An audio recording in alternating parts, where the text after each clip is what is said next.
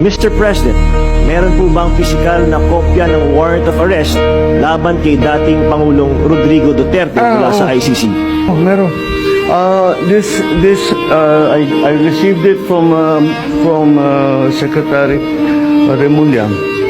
Para kayong mga birhen na naniniwala sa pag-ibig ng isang puta! Nasisikmura ba ng gabinete ang ganitong kataksilan? Talagang nasa lahi ninyo ang traidor at duwag.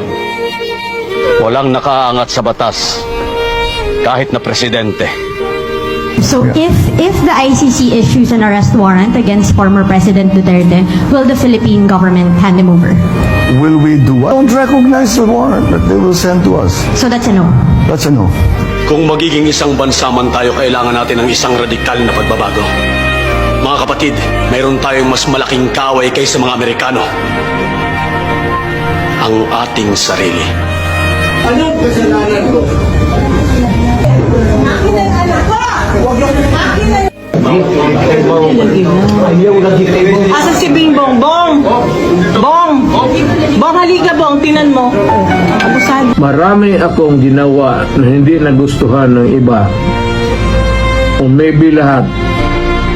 But I did it for my country.